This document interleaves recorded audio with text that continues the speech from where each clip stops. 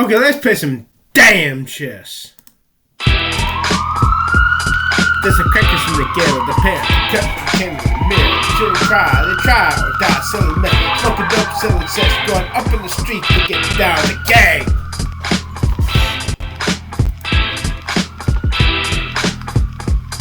You can take it from us, we're gonna take it from you. You can take it from us, we're gonna take it from you. You suck my dick, bitch. Come on, slut, start the game, you snapped-out slut from China, Japan, and the Orient. I mean, Orient? You Oriental prostitute.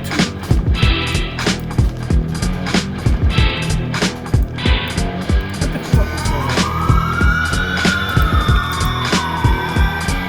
Start the goddamn game. You goddamn bitch. Come on, you fucking slut.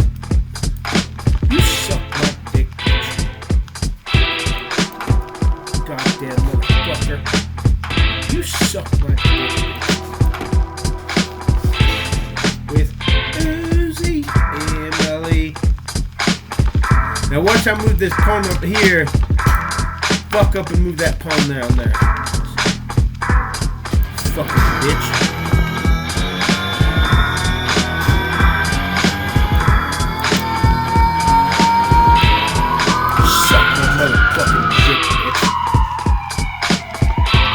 You suck my dick, bitch. You suck my dick, bitch. Motherfucker. You suck my dick, bitch. You goddamn motherfucker. Get that whore out of here, you slut.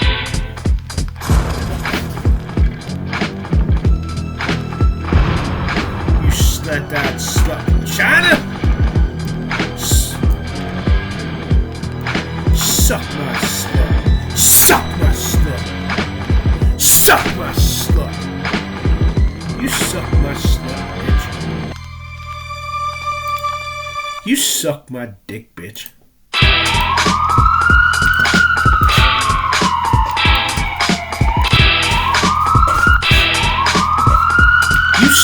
You suck my dick. You suck my dick, bitch. Move, you whore! Or I'll put your black ass to stalling even though you are white. You slept-eyed slut from China!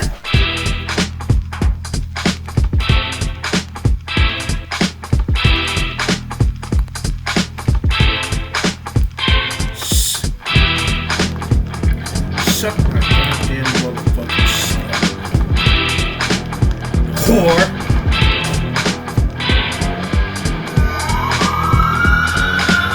Come on, you whore!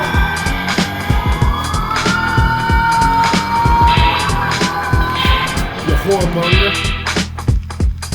Come on, whoremonger, and move, you whoremonger! Suck my slut!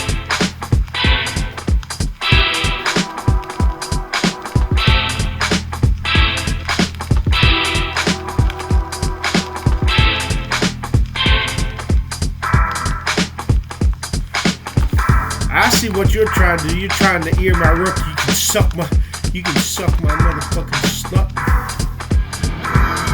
You will not ear my rook, you slut.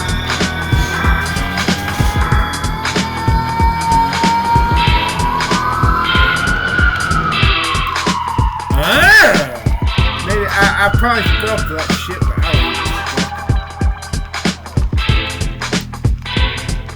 Get that whore out of here.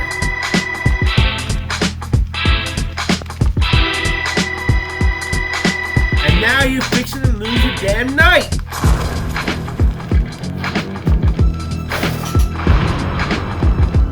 For free, you slut.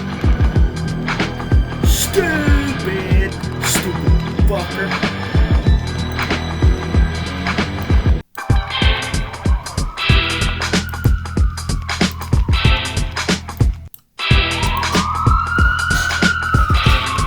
You might as well resign, you slut. You slut-out slut.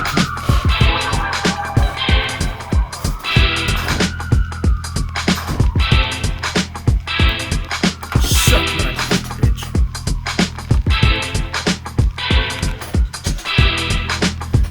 suck my dick, bitch. Suck my slut.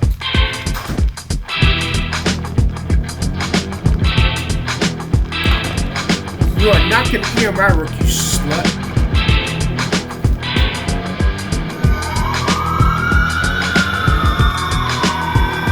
You snap-eyed, four-eyes whore.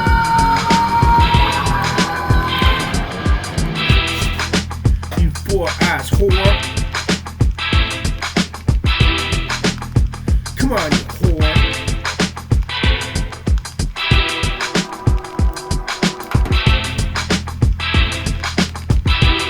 You whoremonger from China.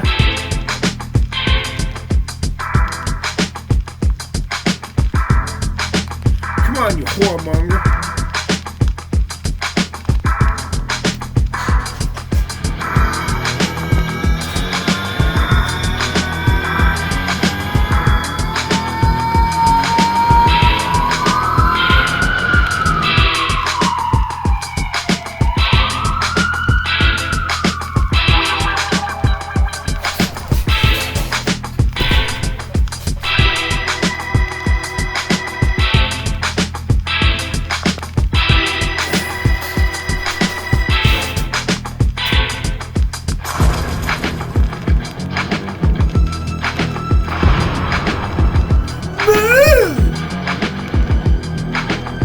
Okay, time to report your black ass for stolen. Now I'll give you. They give us 15 minutes for a reason. I just shit in my pants. I just shit in my pants. I just shit in my pants again.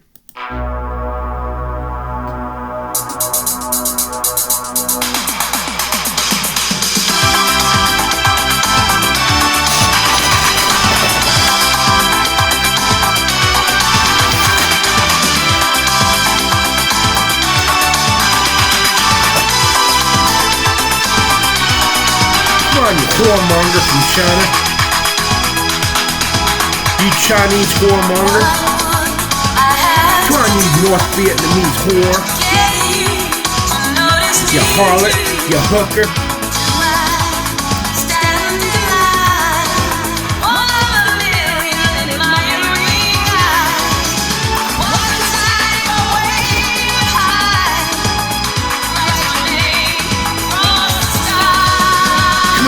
Whoremonger.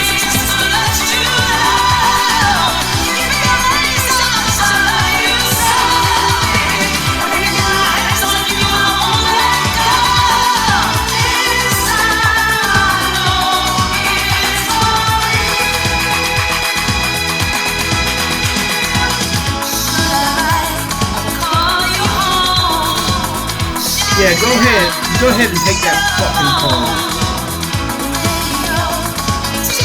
I'll stick my dick in that phone's butt.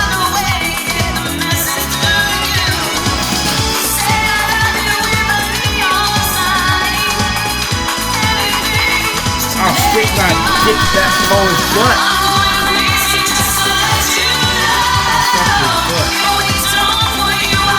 I'll fuck his butt. Kick him in the butt.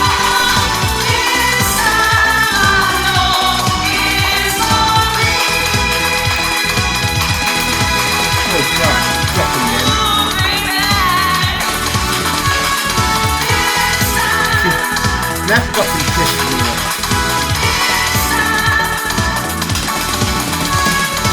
That fucking pissed me off.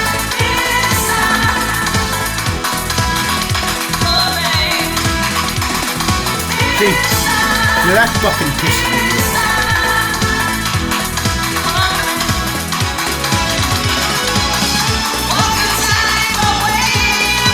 Come on, you slut.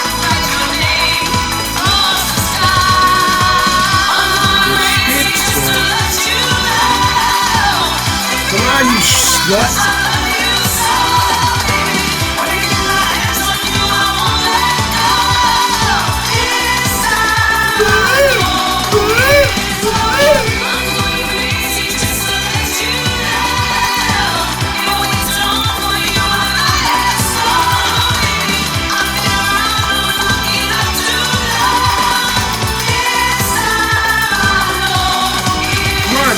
that 4 eyes.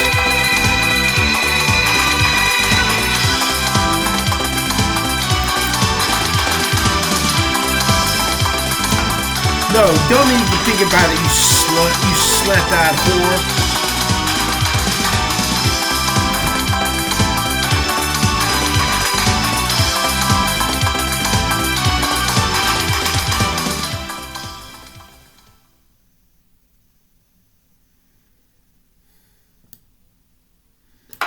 Come on, you whore eyes. Come on, you slut. You are not going to ear my rook, you slant-eyed slut from China. You're not going to do it, you slut. You are not going to ear my rook. You're not going to cut off my ear. I'm cutting off my left fucking ear. You slut.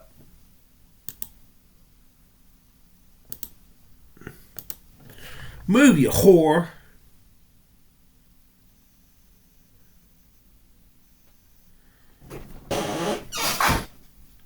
God fucking damn it. Oh, hell no. This is how you look now. God fucking damn it. Oh my goodness, I wanted a hair transplant since 1991. It would make me so complete, so God fulfilled. damn it. It would give my life, my motivation. God fucking damn it. If I lose this game, I'm gonna be fucking pissed. Please, Elon Musk. Is there any God job I can do for fucking you damn in it. return to help, to get me the help to get the hair transplant? Just look, I could look hella good if I had a Oh, hair suck transplant. my dick, Chris. God Oh fuck my it. goodness, my motivation was shoots in the sky. So I'm asking Elon Musk, please can you help me get the hair God transplant? fucking damn it. To be honest, I want to love myself, and I wouldn't love myself Come on, you slut. if I had just had my, and the girls would notice me more. Come on, you If fucking I had slut. my hair transplant, the girls would notice me like they used to before I lost my hair. So please can we get the hair transplant, Elon Musk, please? And then maybe, God just damn maybe, it. maybe, I'll be able to get my song out.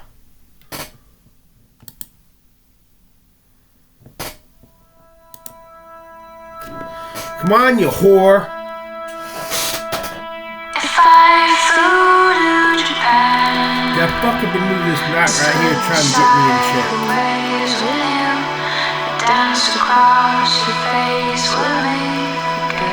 Though we were strangers, I was there taking a walk between the changing spaces, dance through Come on, you light slut. and altered faces.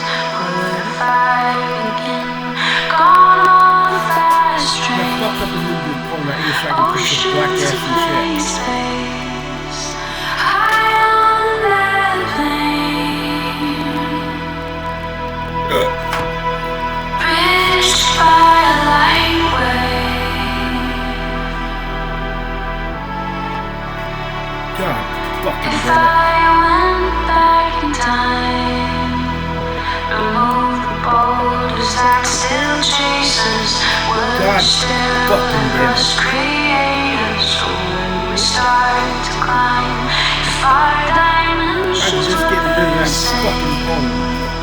And I could touch you in the flesh, for the time and space between us, with yours falling to mine. Shadows on our stage, you found another face, nothing in our way.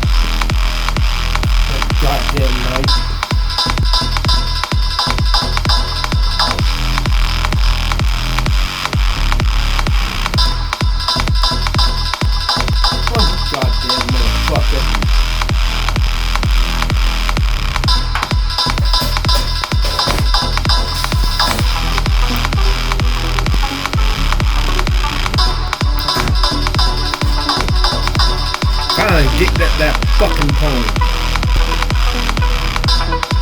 Goddamn ass boy.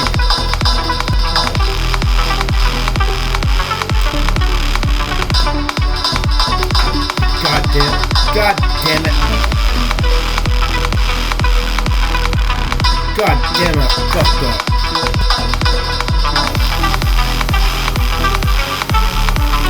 God damn it. God damn it, fucked up. I could y'all fuck up and take this brook. Night. God fucking damn it. God fucking damn it. God fucking damn it. Now fuck, now take, God damn it.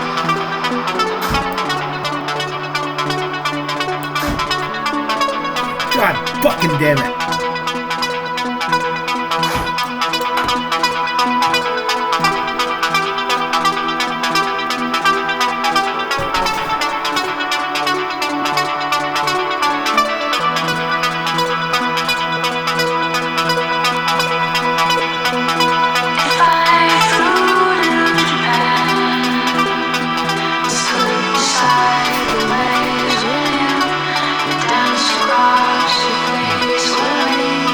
Fuck up and overlook this.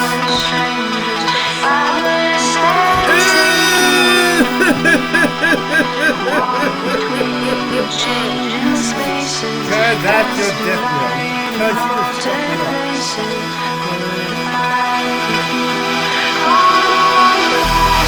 Cause you just fucked up.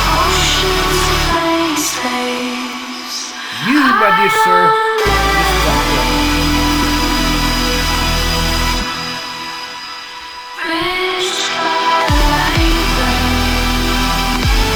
My dear sir, keep fucking it up.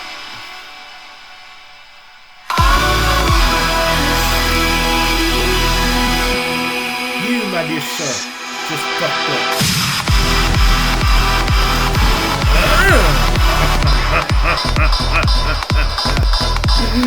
You, my dear sir, just fucked up.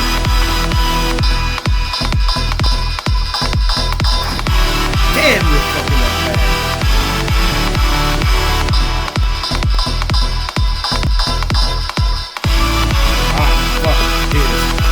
Oh!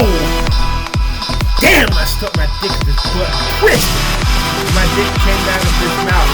Puke, cold. Those fuck out of my dick and some was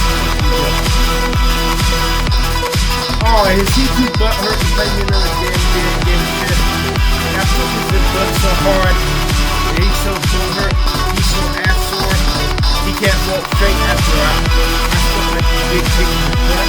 I got news for you motherfuckers. Your way to be able to walk straight and bring home lunch. All they'll be able to do is line there and hold his pocket. That Chinese slut out of slut. Just like a slut. Come on, China!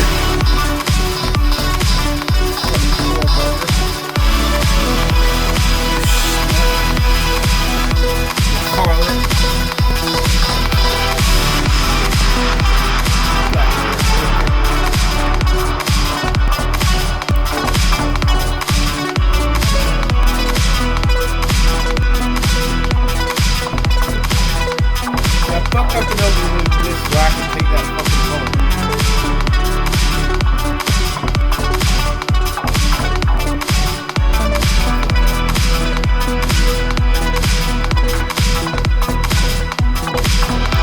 Suck my slut.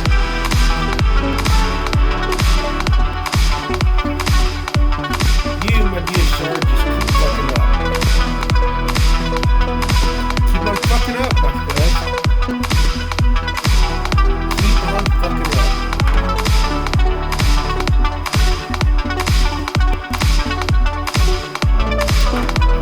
Yeah.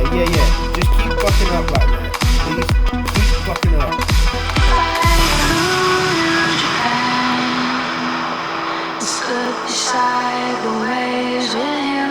Keep fucking up. Across your face will make forget that we were strangers. If I was there to take in, to walk between the changing spaces, dance through light in altered places, would a fire begin? Gone on a fast train, oceans of blank space, high on an airplane. Get that whore out of here. Bridged by a light way. Get that bloody whore out of here, you whore. Don't even think about trying to ear my rook. You whoremonger.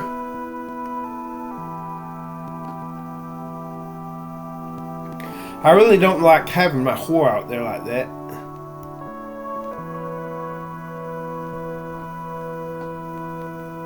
So bring her back, bring her back, bring her back. Bring back that goddamn shit-sucking fucking whore back to the ranks, you son of a bitch.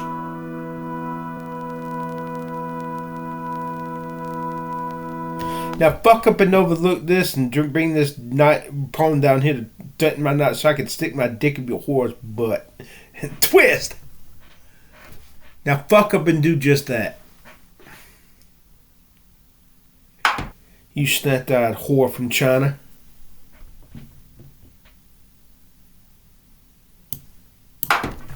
You need to get some of these fucking pieces out of here.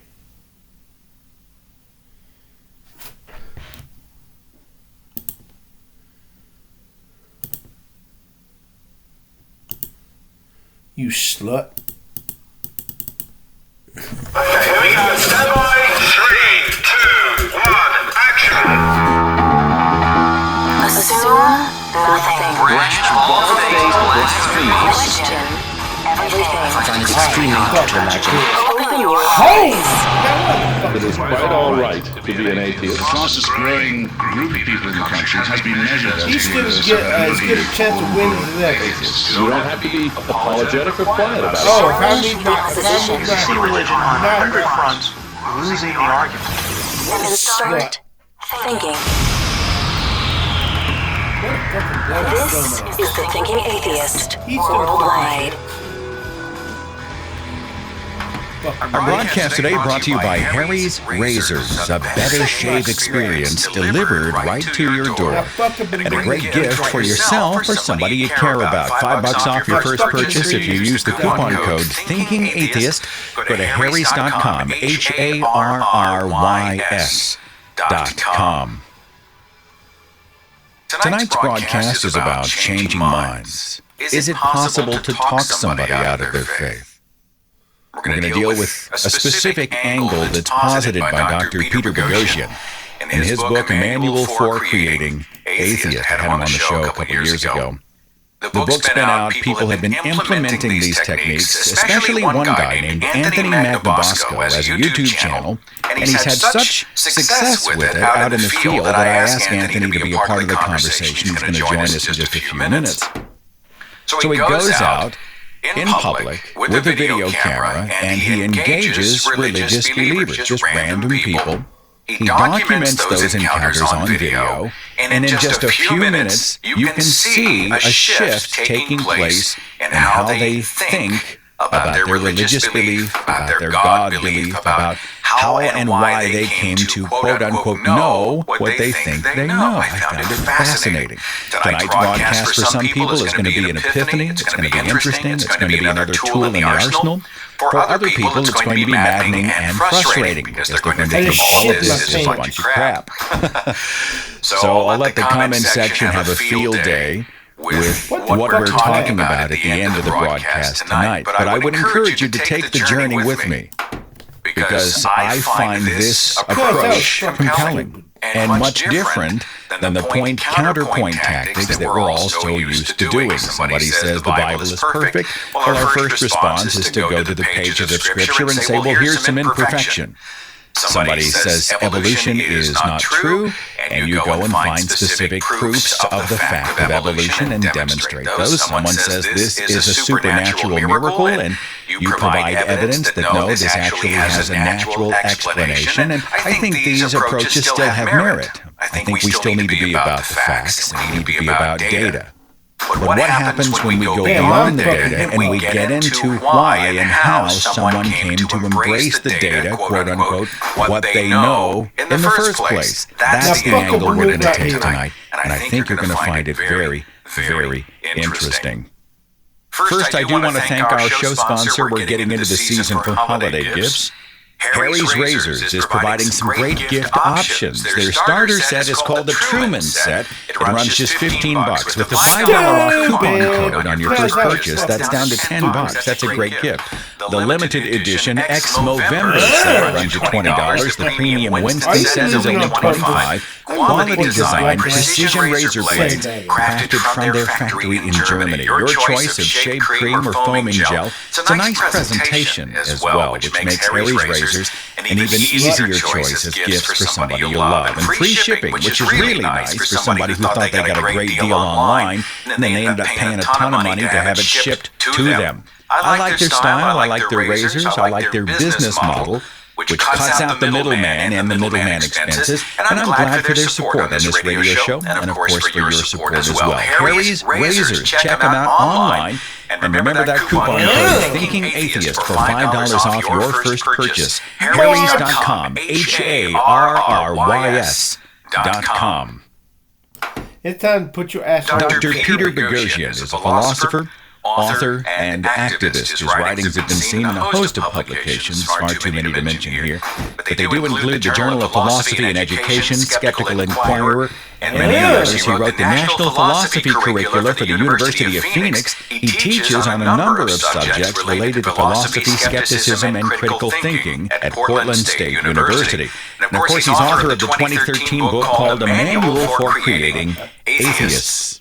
Anthony Magnabosco is a YouTube activist and a street epistemologist who's been implementing these techniques and engaging total strangers on the street, posting video of those encounters online. He's had such success with it, I've asked him to join the conversation here in just a few minutes. But first, let's start with Dr. Peter Boghossian. Peter, thanks so much for joining me on the radio. Great to have you. Thanks, Seth. Appreciate it. We talked a while back. We were talking about your book, A Manual for Creating Atheists. Do you ever take any heat for saying it that way? I want to create atheists. Some criticisms have been, well, actually, we want to create rationalists, and then atheism is supposedly going to be the result. Does that ever happen? Yeah, a lot of people were dissatisfied with the title. Part of the reason for the title was it was an opportunity to have a conversation about what that means to be an atheist and how does one go about doing that. And actually, in that sense, the title was very successful. Give me the Cliff Notes version of the book. I want people to actually go to the book. I will link it in the description box. But what's your angle? It draws from multiple schools of thought and teaches people how to talk to other people about their faith-based beliefs in a way that's non-threatening, non-confrontational. It's not a debate, it's not hostile, to help them be more honest with themselves, reflect upon those beliefs, and if there isn't sufficient reason or evidence to have those beliefs, then discard them. It's primarily rooted in the Socratic method, although it heavily draws from contemporary tools and psychology and drug counseling and cult exiting. But the overall, it lays a foundation. It has a template for how to talk to religious believers and talk them out of faith and superstition. You have some experience with using this method in other capacities, or what? Yeah, I've done it for years as a philosophy professor. I've done it in the prisons, I've done it in hospitals, Fortune 100 companies, I've done it all around the world. And it's an incredibly effective, and it's not anything that's particularly unique, although drawing in from other schools and using it in specific ways is unique. Socrates laid these foundations down, or Plato laid them down from Socrates' dialogues 2,400 years ago. Now, Buck, as you're a philosopher, I've been thinking at one point we may have to do a show on the merits of philosophy. This is a classic debate. Is philosophy useful in determining truth or what have you. That's a great question. Sorry to interrupt you. I just finished a chapter for Russell Blackford's book about Has Philosophy Made Progress. I wrote that with James Lindsay. And Daniel Dennett has an article about Chmess, C-H-M-E-S-S. It's a made-up game. And in this book chapter for Russell Blackford, Lindsay and I, Lindsay holds a PhD in mathematics and is the author of 3 books. His recent one is Everybody's Wrong About God. In this article, we talk about how Chmess, which is one variation where the king moves twice, it's a game, but it's a game nobody plays. And I think that's what's happening in philosophy now. Philosophical projects are becoming baroque, inconsequential, nobody really cares about them, and nobody outside of a sub-specialty can understand what anybody else is talking about. So I think philosophy has lost its way and needs to retether itself back to science so it can gain respectability. I've seen many debates and discussions, the scientist versus the philosopher kind of a thing. And everybody seems to be taking a pretty hard line, defending their territory, you know. Yeah, that's a really insightful thing to say. That's right, and it shouldn't be about defending territory. It shouldn't be about how many hours you put into a discipline or what your PhD is in. It should be about what's the best method for finding truth. And has philosophy strayed? Has it confused the map to the terrain? And how do we, if it has, then how do we retether it to a truth-seeking enterprise? Well, we'll let the comment section chew on that when we may tackle philosophy again down the way. It's sort of on my list of a few things that we may cover, but I'm just trying to decide how much of a shitstorm do we really want to.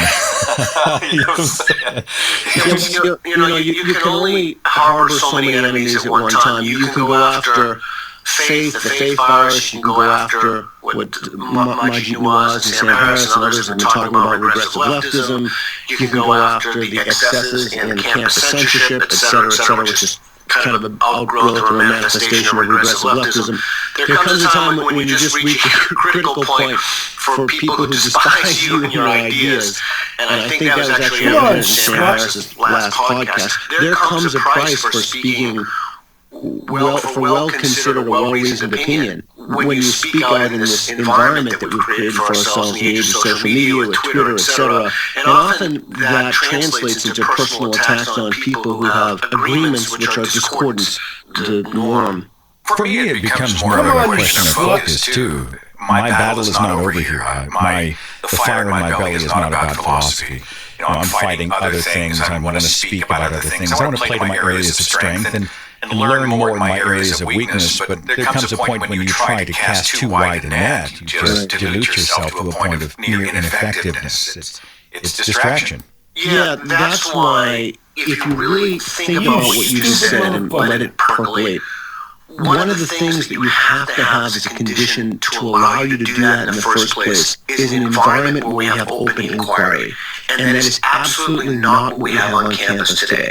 And so that's a battle in which I've recently placed myself along with others like Jonathan Haidt and Greg Lukianoff from FIRE, and boy, the list goes on, Michael Shermer, Steven Pinker. The problem is that we are increasingly not able to have these conversations about controversial topics or about topics which may quote-unquote trigger students. And more and more we see anytime people are asked to substantively reflect on their beliefs, that's considered to be what's termed a microaggression, an aggressive act. So we can't even get to talking about philosophy or science or what have you if we've created a culture or an environment in which people are so offended by everything that even bringing up these things and asking people to seriously reflect on the substance of their beliefs is itself considered some kind of an aggressive or hostile action. It is frustrating, though, when you bring a well-defended, you don't have the answer with a capital A, but you bring a well-defended position and you ask someone else to defend their position, or to at least explain it in some way.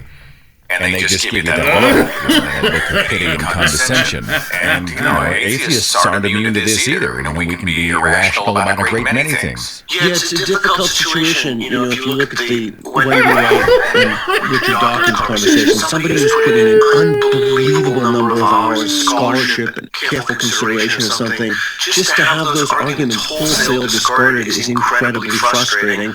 And that's why I think that it's really important that we That break whore, down that these whore, barriers that of whore, that certainty. whore. And we need cultural shifts to make saying I don't know a virtue. Yes. And we're so far from that now. We're so far from having an environment not only in which we can ask questions, but where I don't know is met with a scoff or is met with a sneer, or people think they're stupid. Snarkily. So, in many ways, street epistemology and what you see Anthony do in those videos, that's a call for people to be more humble about what it is that they claim to know, and more reflective about their beliefs. And you're right, it's not just their God beliefs. And when you see Anthony's videos, he talks to people who believe in karma, he talks to atheists. It's never a bad thing to be more thoughtful and reflective about what it is that you believe, and when someone asks you questions about that, to answer those questions sincerely, to not try to game it or to not try to win, but to really engage with somebody in a constructive way so that you're partnering in conversation so that you too can find out what is true. And again, unfortunately, the environments that we've created are so toxic right now that those conversations are increasingly difficult. You and I had a conversation in Vancouver, and there's a short-form video of that conversation on the Thinking Atheist YouTube channel called Dr. Peter Boghossian Changing Minds, where you talked about an encounter where you had a theist, someone, did they interrupt you during a speech, were they protesting, and everybody wanted you to shout them down, call them out, humiliate them, and instead you engaged. And afterwards experienced a measure of backlash for doing so. You want to flesh that out for me? Yeah, it was a talk I gave at Portland State University. It's actually, I read a paper, I don't usually do that, but I read a paper for John Loftus's book about Christianity, not his recent one, but the one before this. And there are many people in the audience many Christians who tried to monopolize the conversation or who tried to hijack the discourse, and I let them speak, perhaps admittedly maybe more than I should, but not really.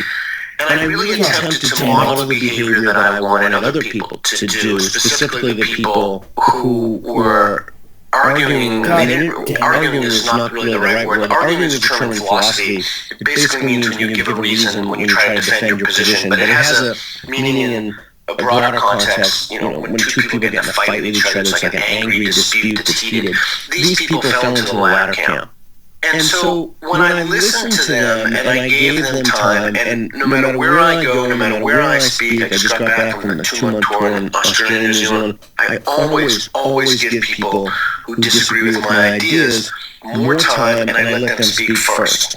And often, atheists in particular, they become upset, or they say, why don't you give it to them? Or why don't you just ridicule them? Or they don't use the word ridicule, just shut them up. But I mean, quid bono, the Latin expression, who benefits from that? What advantage does that? All that does is that brings us further along in a culture in which we're not able to have these conversations, and we don't look at people as genuine partners in truth-seeking. Now, you have to draw certain lines in the sand. I mean, there are certain times when you can't let somebody walk over you, but you really also have to listen very intently to what they're saying. Is part of that difference someone's talking to you instead of at you, right? If they're talking at you, if someone's there just to flex their apologetics muscle, if they're self-gratifying. I mean, anyone who thought an omnipotent God would genuinely need them to go and do battle against Dr. Peter Boghossian is betraying the fact that they don't think their God can handle themselves. So they're really there to say, hey, look at me. I am a soldier in God's army. And if he's talking at you and a chance to draw a spotlight into himself, that becomes a real challenge. How do you draw that line? That is a great question, and I think that's exactly what's happening. And as long as I've been doing this, as many people as I've taught, it is still something where I'm trying to find, how to do that in a way that's gentle enough to help the person with whom you're speaking, while at the same time maintaining a boundary and having a respectful conversation. Let's bring on Anthony Magnabosco. He is a street epistemologist. We're going to get into sort of definitions here. But he's a YouTube activist who has posted some really intriguing videos using a method I'm guessing that is sort of derived from your book. Anthony, do I have you on radio? I am here. Is that the origin of this particular method, or were you doing this before? The method originated from Peter's book. I've had the pleasure of being able to take the concepts from his book and actually employ them right out into the field. The manner in which I'd done that when I first started the course was not very good, I have to admit. But after a lot of practice, a lot of mistakes and learning, I feel that I've gotten a little bit better at it. Dr. Gagosian, can you define epistemology versus street epistemology? And I want Anthony to kind of weigh in afterwards. How do you define this for people? What's the difference? So epistemology is basically the study of knowledge. It tends to be a very, very academic exercise. Street epistemology is the same thing. It's the study of knowledge, of how we know what we know, but in a way that's real, in a way that doesn't use big words, in a way that, to draw from a phrase from motivational interviewing, psychology literature, you meet people where they are. And so it's not about pretension, it's not about verbiage or academic language, it's just being real with people about how they know what they think they know. Anything to add, Anthony? Yeah, I guess I could just add that it really is just friendly conversation aimed at uncovering the reasons for deeply held beliefs. It's a friendly activity. It shouldn't be approached as an obligation, or if somebody doesn't want to participate in it, it needs to be a mutually agreed upon activity, I guess you could say, where it's just friendly. It should be friendly and it should be open, and both sides actually, I think, should be open to re-examining why they believe what they believe. I'm going to play a few clips from your YouTube channel with your permission. Obviously, it's audio only, but it's enough. We're hearing the conversation, we're hearing tactics, we're hearing how do you go about getting someone to perhaps reevaluate their deep-seated and cherished religious belief. Before I play that, I want to read a couple of quotes, actually more than a couple, that were posted on my social media pages about tactics and whether or not we can actually change minds. Christopher said, "The tactic that works is to compare and contrast. Nothing says bullshit like bringing up religions and beliefs that existed centuries before theirs. Their Messiah is identical to other messiahs. That's hard to fudge." Either of you have a comment on that one? With street epistemology, it's really not about focusing on the facts or the conclusions that theists have arrived at. It's more about the method and why. Why do they think it's true? So it's so easy to get focused on the facts that, your book isn't as old as this other book. Why do you possibly believe it? And it's so difficult, I think, to get past that phase where you're focused on the counter-apologetics. So many atheists know facts about the Bible and facts about the Quran and that type of thing. When you're conversing with somebody using street epistemology, it's not the direction that we want to go. It's more about how the person is so certain that what they believe is true. So it's about the method. It's about the manner with which they arrived at that belief. Karen said this: "I have conversations like I play chess. I keep asking questions. Eventually, they'll make a mistake." Thoughts? I don't know if that's a helpful way, because what if you're the one who's making a mistake? And so I think it's a sort of belief closure. I mean, in Socrates says it's better to be wrong than it is to show someone else's argument is wrong. Because if you're wrong, at least you can make that correction. And so I think the attitude and attitudinal disposition of being open to revise what you believe is essential for street epistemology. Because I really am genuinely curious, and I think Anthony's spot on. How does someone know what they know? And if they have a method of knowing that you don't, you should use that method to know reality. I have yet to see anyone who has a method of knowing God that hasn't been debunked. But I'm open to consider, I'm open to the possibility that someone knows something I don't know. And again, the idea is that you focus on the method of knowing and not the conclusion. And so many atheists make that very, very fundamental mistake. And if I could build off of that, if you don't mind, when I approach a conversation, and it was different when I first started out, but these days, when I'm doing street epistemology, it's not a competition.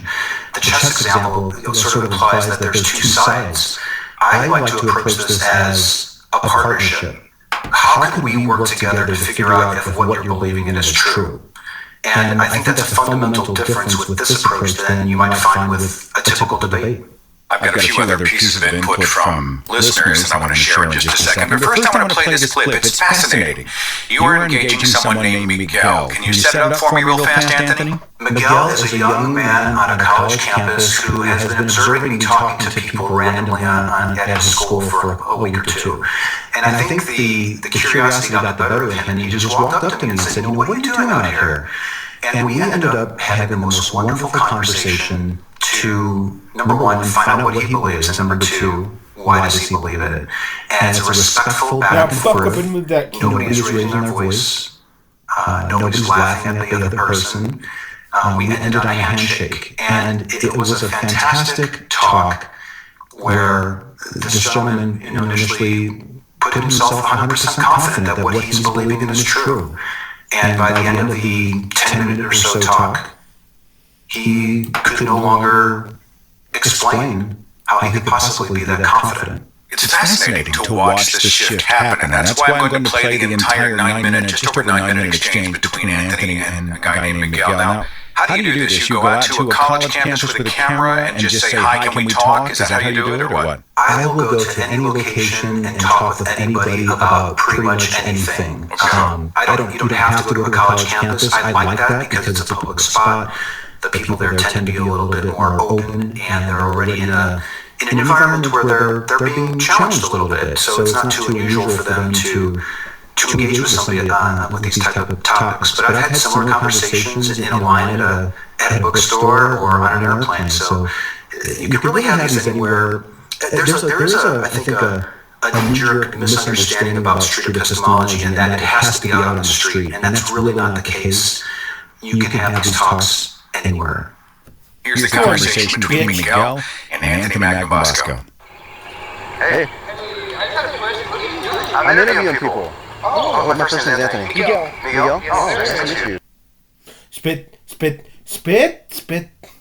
Dr. Mary Neal, you went through an incredible experience, a near-death experience that you have written on, you have spoken on. You're part of a new movie. It is called After Death. And I want to just start, for those who don't know your story, really this happened on the South American River. You almost lost your life. You essentially did. You did lose your life, exactly. And which I know is so strange because here we are talking now, right? But you lost your life. You experienced something incredible. Talk first, before we get into the heaven experience, talk about the accident and what happened. Well, yeah, I'm about to fuck your ass. I mean, obviously, we don't have enough time to really go into it. But my husband and I are fuck up and move that bishop right here. Decades all around the country, internationally. I'm really fixing to put your black ass in shit. This isn't a crazy kind of thing. Even though you are white, even if you are white, even though you are white, slut. Trips to Chile every year during our winter and their summer. And so when my youngest son was finally old enough to move, slut, let us leave without our kids, we decided to go down there for my husband's birthday. And we had a You're looking kind of sad, you bitch. Rivers, had a great time. And what was going to be our final day of paddling anyway, we decided to paddle a river that's well known for its waterfalls or its drops.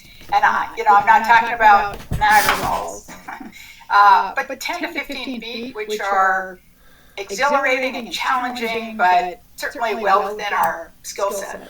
God and that fucking damn my it! husband did not go on the river with us. He woke up for the first and only time in his life with back pain. Fucking pony. So he dropped us off, and then he was going to pick us up at the end. And so I went on the river with, again, these friends of ours that are professional boaters, and a few other American clients. And when we came to the first more significant drop, another one of the clients sort of bobbled her way past me and kind of blocked the entrance to the channel we had selected to go over. And so my only option was to veer over and go over the main part of the waterfall, which is what I did. And when I crested it, I could see the bottom and see tremendous turbulence and flow. And, I knew it wasn't going to be pretty. But what I assumed would happen would be that I would hit the bottom and flip upside down and have to come out of my boat and kind of get tumbled around a little bit and then sort of spit out downstream, which is not a fun experience, but it is part of boating occasionally, and that's fine. But what happened instead is something I could never have dreamed of.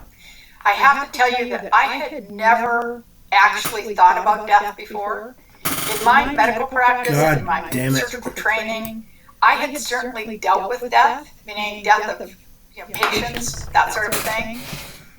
But at that point in my life, I had not personally lost anyone. I had not lost a grandparent or a parent or a sibling or a friend. God damn it. I didn't know anything about death. And so like most people, I think I never thought about death until I had to. I had never thought about what would happen when I died. If someone had asked me, I'm sure I would have said, well, I think there's something more. I hope there's something more. I don't know. It's sort of this abstract concept that you'd say, well, I'll think about that someday, not this day. But God damn it. But I hit the bottom, and the front of my boat became pinned or stuck in the rocks and the underwater features, and the boat and I were immediately submerged under 8 to 10 feet of water. And I am a spine surgeon, so I am very calm in high-stress situations. And I didn't panic. People always ask, oh my gosh, did you panic? No, I didn't panic.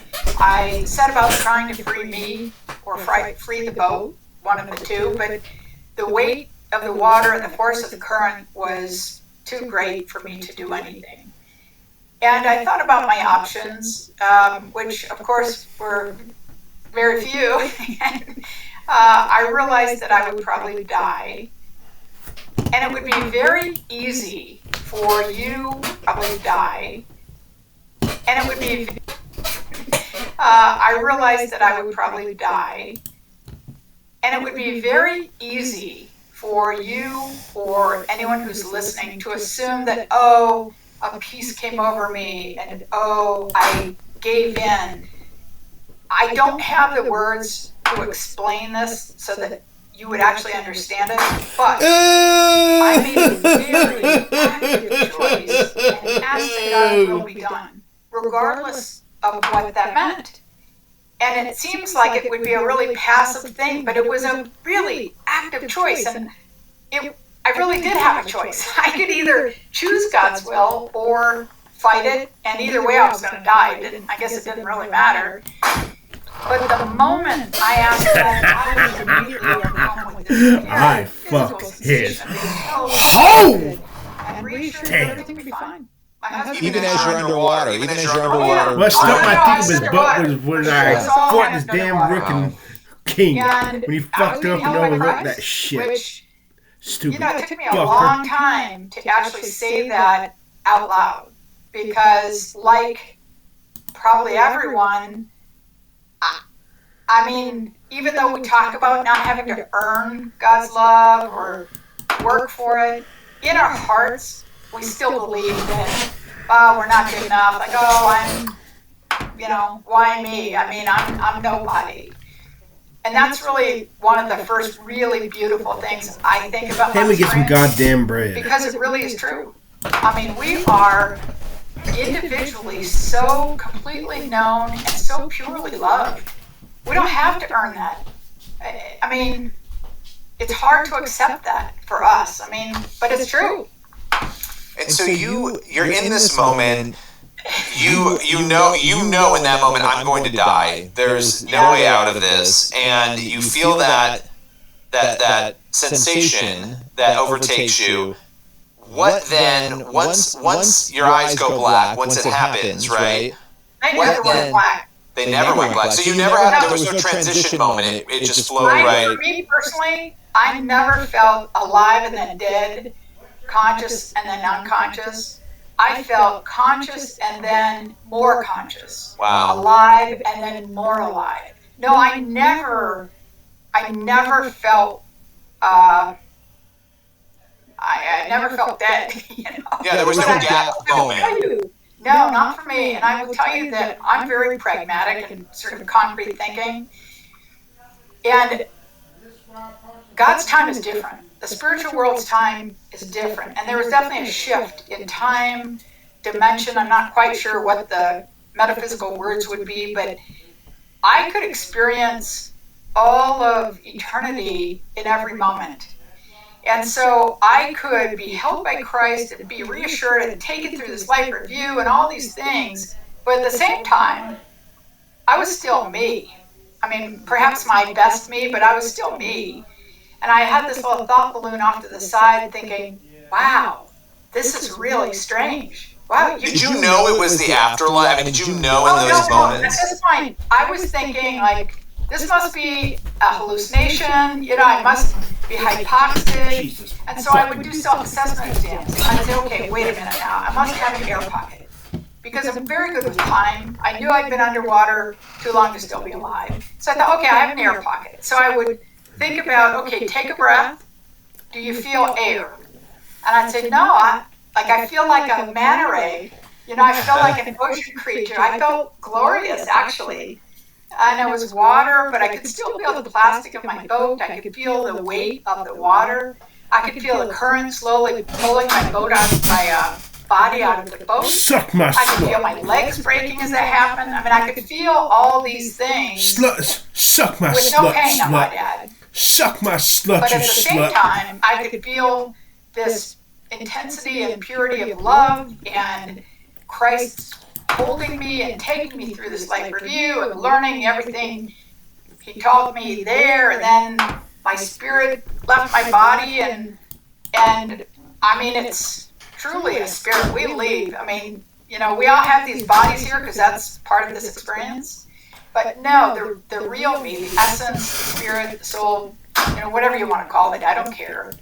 I rose up and out of the river and just felt glorious is just not even the right word. Now fuck up and glorious, overlook this that shit. lightness of being. And Stupid once I was bitch. above the river, it was like Jesus He's probably coming, going to like, move that fucking poem I right don't know, here. this sounds corny to say, but he just kind of released me to the heavens. And then I was greeted by this group, again, of, I don't know what, people, spirits, beings. Again, those words mean different things to different people, so I don't know what to call them. But I knew that they were people who had known me and loved me as long as I have existed. I knew that they were all God people damn it. who were important in my life story. I didn't personally recognize them, because as I said, I didn't know anyone who died. But let's say maybe it was a great-grandparent who died before I was born, who knew me, knew of my existence, but I didn't know them. Someone tied to you, but you didn't know, right? So that's really interesting. Yeah, no, and I absolutely know that the next time, unfortunately, there are plenty of people who will be there to greet me, that I will recognize and I will know. And the beautiful thing is that, you know, when sometimes people say, well, you know, I don't want to be reconnected with my whatever. My I heard this shit because already. he was a jerk and I hate him and I never want to see him again. I heard this shit But one of already. the incredible things is that when we are reunited with people, it is with an absolute understanding Because of you, my dear the sir, history, the just fucked backstory, up. what the purpose of it all was. And we're reunited with an God absolute fucking damn purity it. of love. And so even people who you didn't like here on earth, I mean, it's still, it's purity of love. I'm convinced that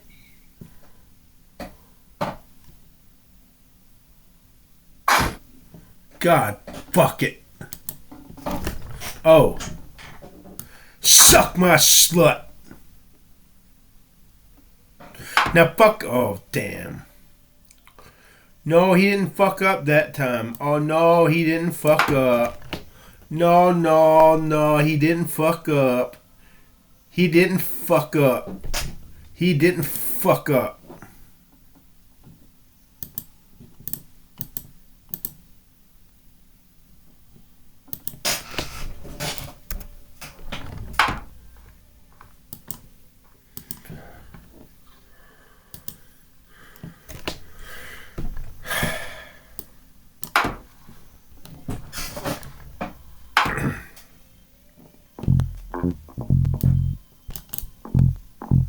God damn it. God damn it. God damn it. God fucking damn it. God fucking damn it. God fuck it.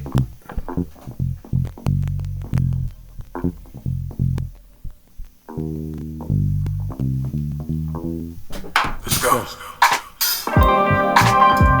Yeah. Nephew. Little Aaron. DP. History. Has she got Jules got arms? Yeah. Check it out. What is my purpose? Why am I here? Suck my slut, you slut. Suck my motherfucking slut, you slut. Yeah, you gotta search deep down inside to figure out your why. It's time to Jen has Uzi arms in. So you gotta say to yourself, oh no, suck my slut, you slut, China. Suck my slut, you slut, China.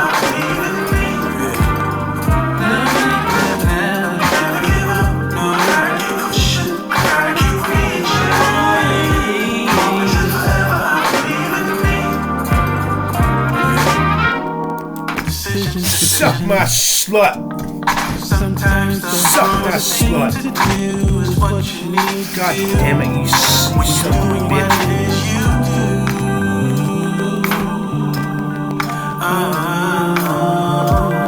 Suck my fucking slut. Suck my slut. Don't let the struggle get the best of you. Man, this fucking pisses me off. Stay on the move. And you will get through.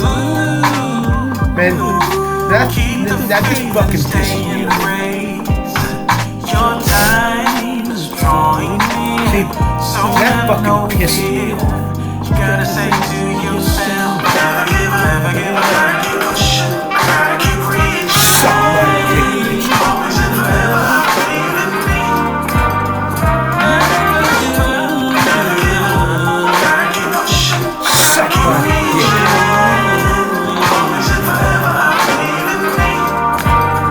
Whatever you do, never give up, gotta keep pushing. Suck my fucking dick, bitch. Always and forever, believe in me. Never give up, gotta keep pushing, gotta keep reaching. Always and forever, believe in me. God damn it. God damn it. And this is fucked up.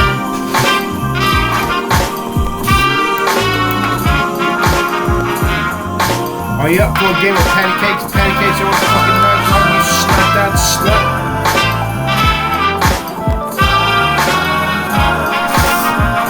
You pink snapped out slut from China.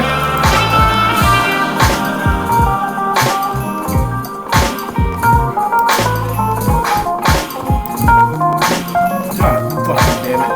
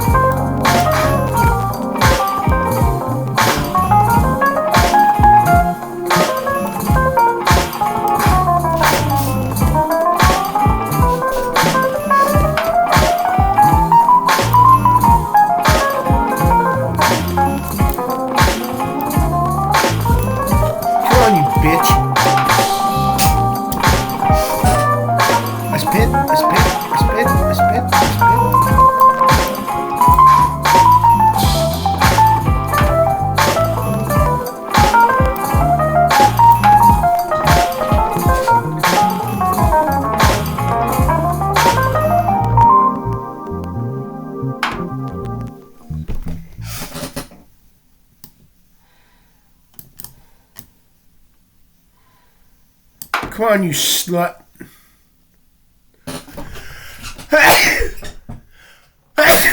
Fuck.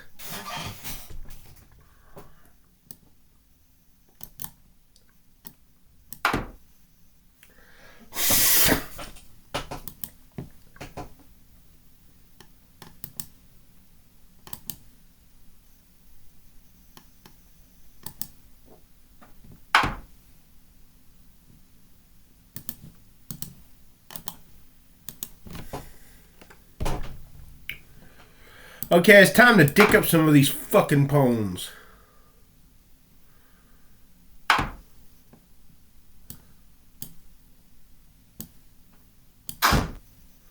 Now fuck up and move that poem down there.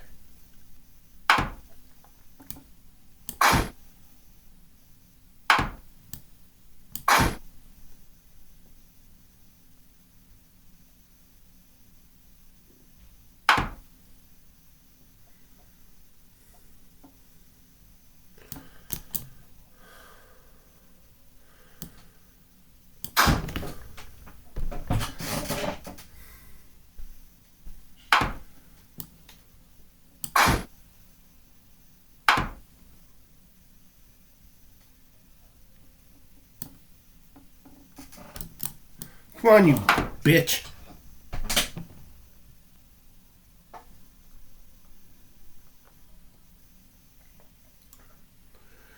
A spit, a spit, a spit, a spit, a spit.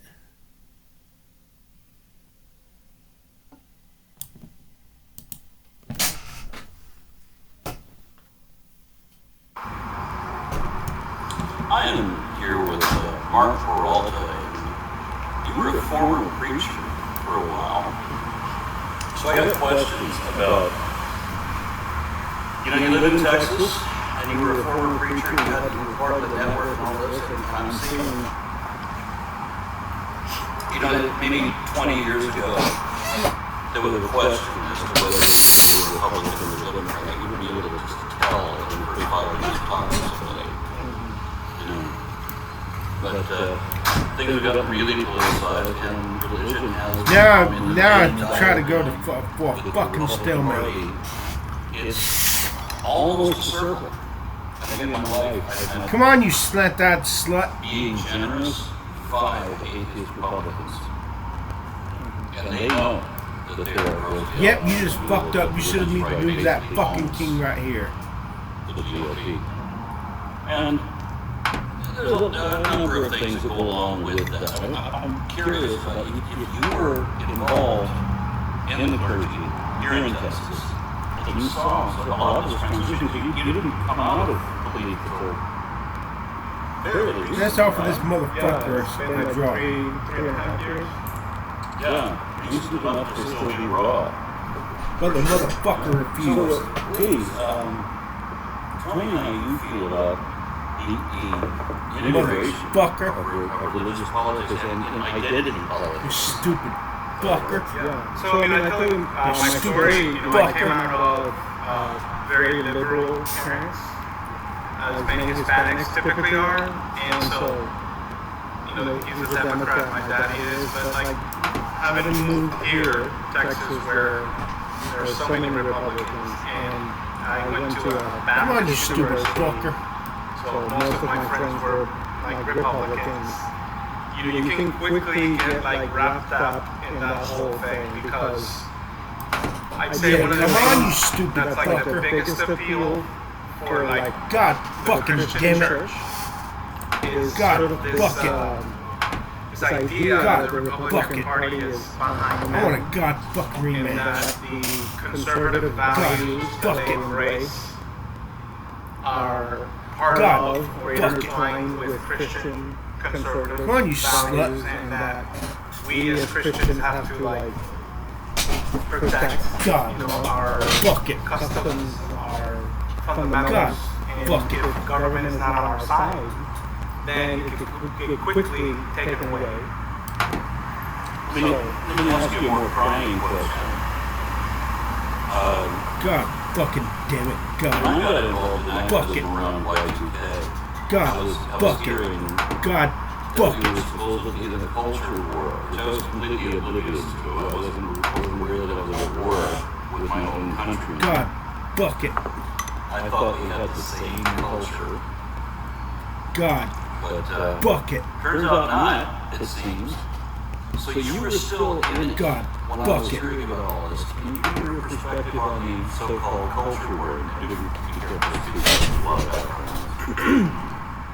So I think that part of the rhetoric that they're implying, that they're using, is that God, first of all, there's always there's a constant demonization of anything that's liberal, starting with liberal theology. And so I feel like a lot of people will associate liberal theology, which is evil, from the Christian perspective, with liberal politics. And so the Liberal Party is trying to take away our rights. So the Liberal Party? Oh.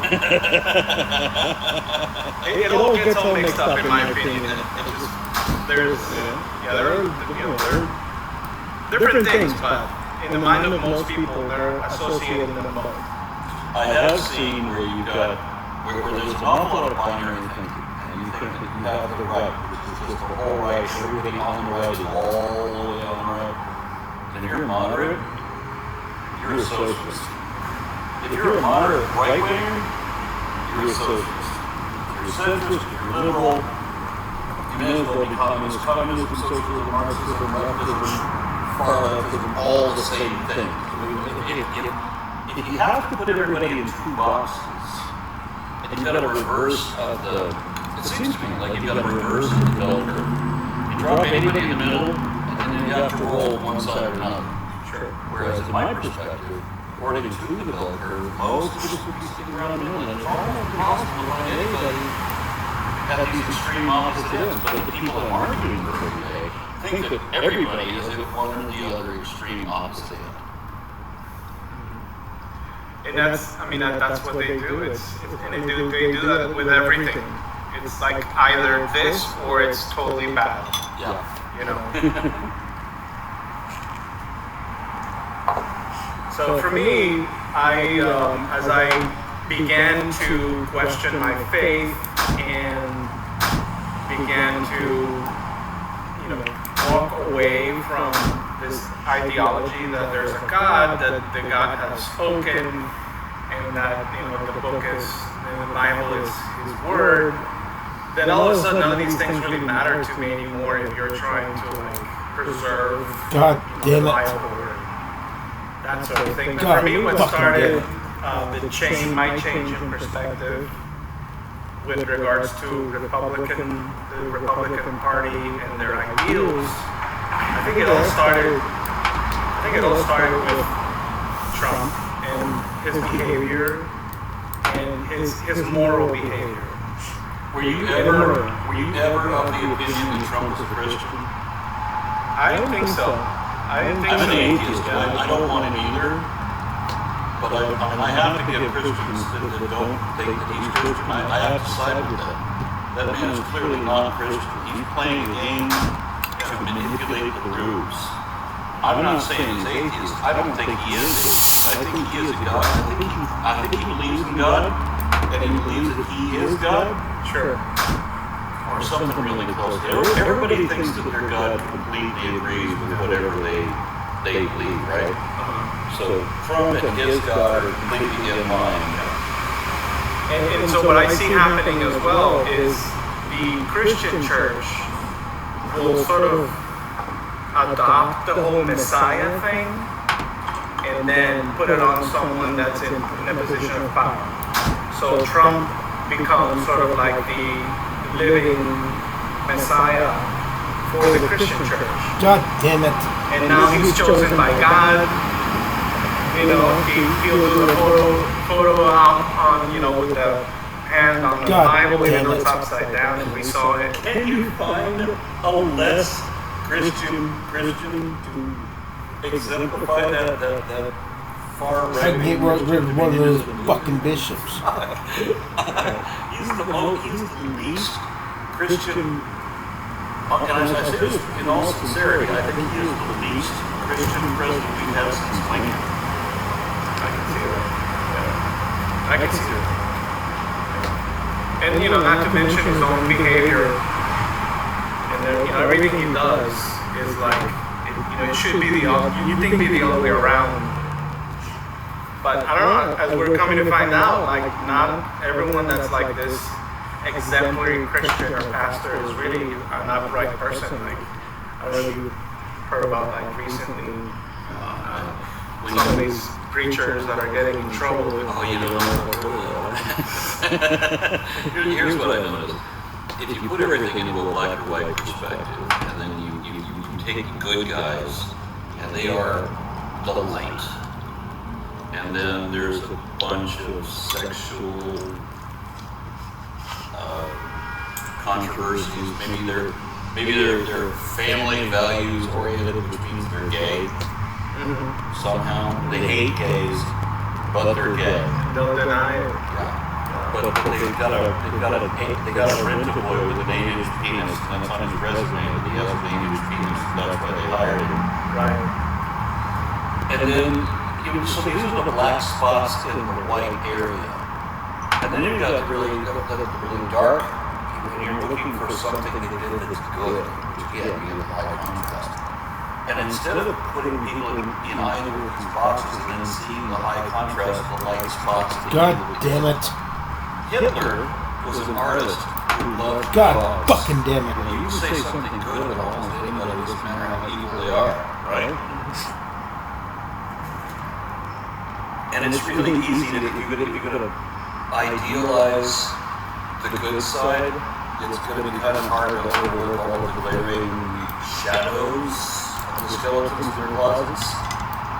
Which is why I don't understand why people think it's such a binary fashion. I remember when I was a kid, thinking that everybody's kind of in the middle, that everybody is a blend. We have our good moments, right? We have our generally bad people. We have our people who learn their lessons, because that doesn't always happen, but you should celebrate it when it does. And I face another philosophy that is only interested in othering. Sure. Everyone. And when I Now say fuck up and I'm put talking my about people I know most, fucking the dick closest in your to my life, people in think my we're own gonna swap family, brooks. Many of my own friends, who I no longer have any association with, because they've decided that I am the other category. So there's a fence, and there's good on this side of the fence, there's bad on this side, and I'm on the wrong side of the fence. Yeah, that's me. That's me too. That's my family. I'm the other guy. When did that happen to you? About 3.5 years ago. So it was abrupt? I mean, it was gradual. God fucking damn it. I mean, when it came, it was just like just Come on, bitch. Turn the light on. And so, another shocker for me was Ravi Zacharias, the apologist. Yeah. I mean, I looked up to him. I thought he was a great teacher. I liked the message. As a Christian, to me, it made my sense. goddamn The whole poem. argument about morality and Goddamn. God's objective morality, the supreme lawgiver stuff. But then look what he was doing. It's like how do these two things? They don't really. It doesn't make sense. I think you fucked up, son of a bitch. What was he doing? Advantage of. Take any religious leader you want to name, and in some point, I fucked you find Oh! Damn, I stuck my dick up his butt.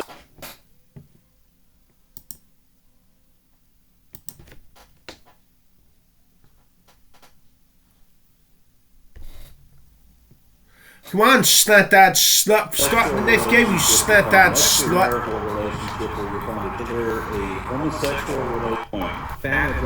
Take any religious leader you want to name, and at some point you find either a homosexual relationship, you find an extramarital relationship, or you find a child relationship, or a homosexual extramarital child relationship.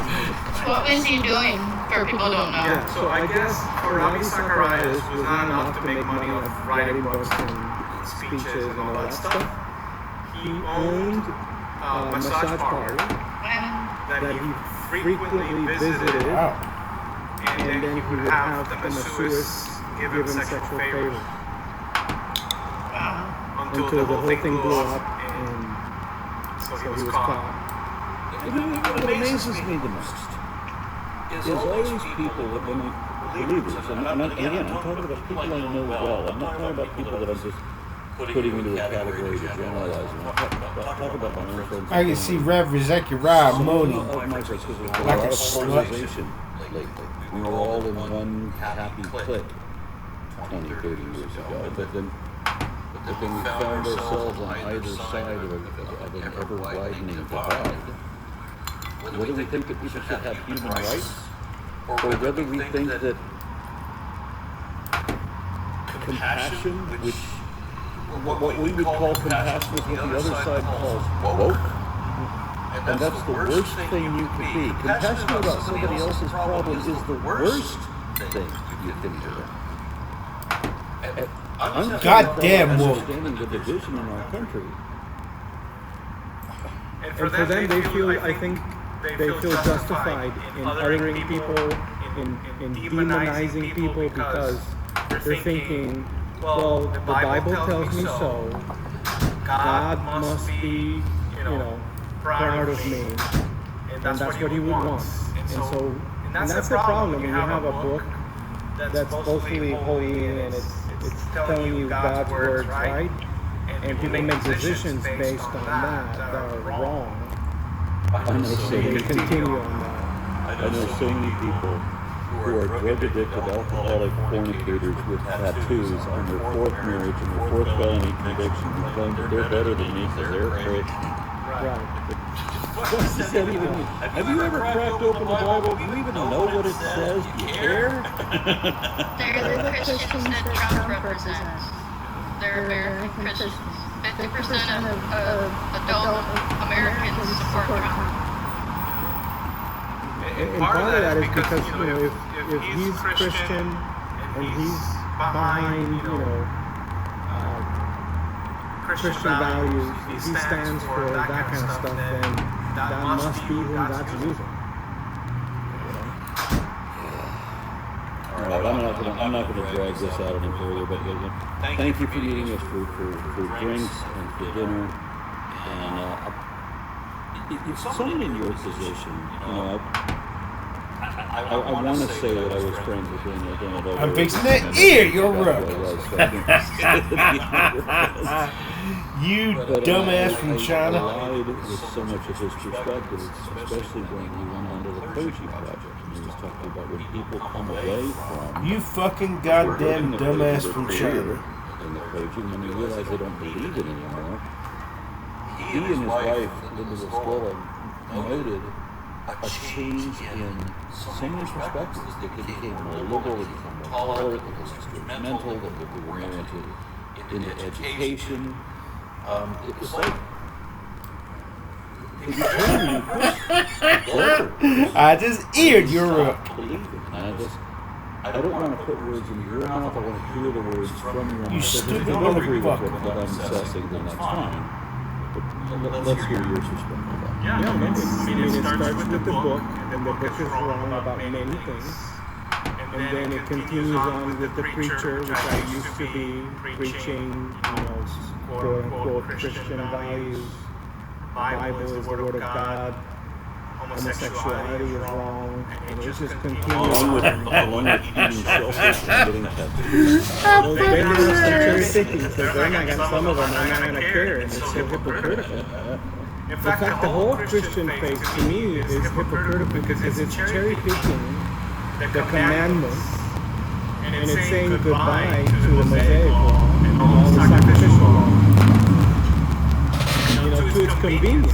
Let's forget about circumcision. Let's forget about, having to memorize the Torah.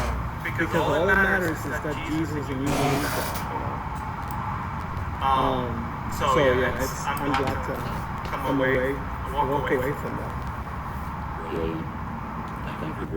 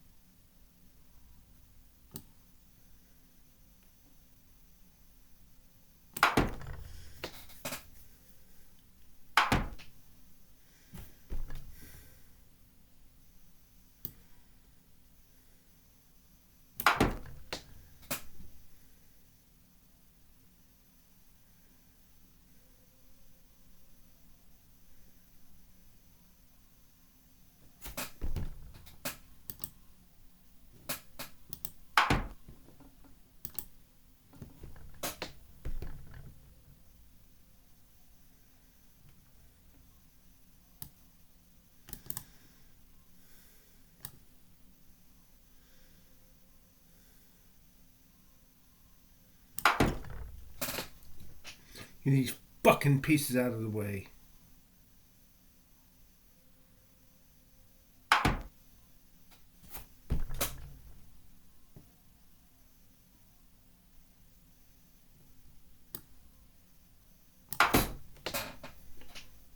Fucking bitch.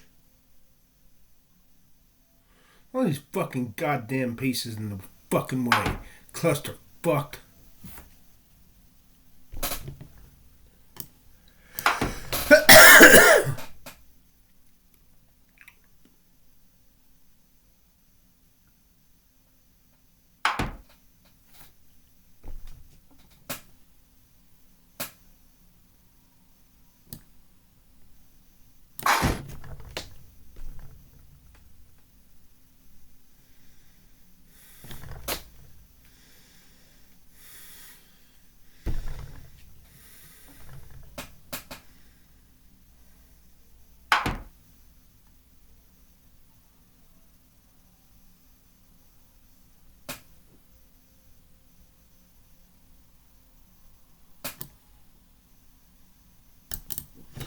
God fucking damn it.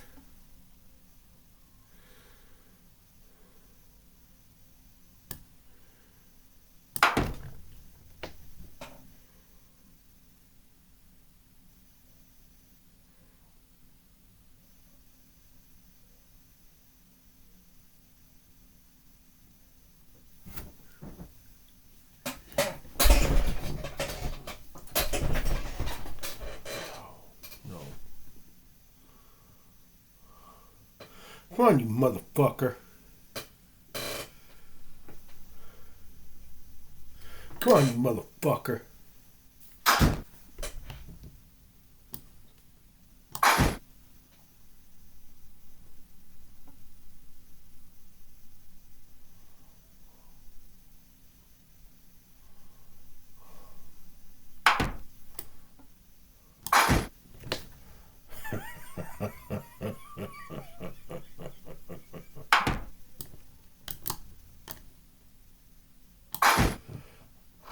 Fuck it. Hole! My dick went up as hole!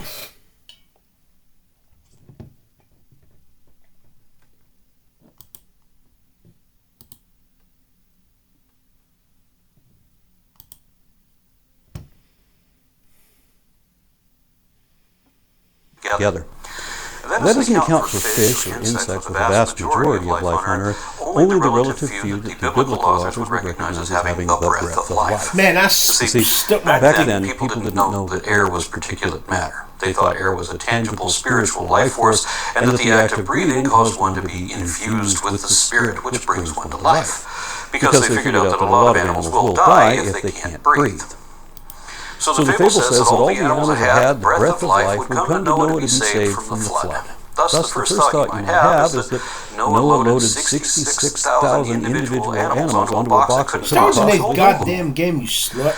Of course, the people who wrote the story weren't thinking globally. They had no idea that Australia or the Americas even existed, so they didn't know about penguins, polar bears, bison, wallabies, or three-toed sloths, which would never have been able to make the trip to Mesopotamia.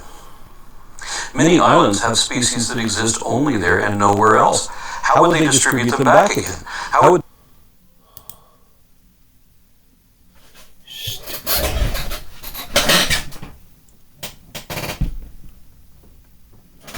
Okay, enough chess. I just saw a video on Aaron Raw where I gotta debunk his fucking junk.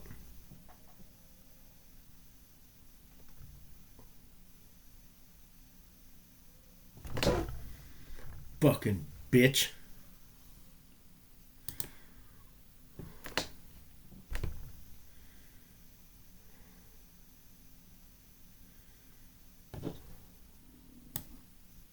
Has she got Jules got arms?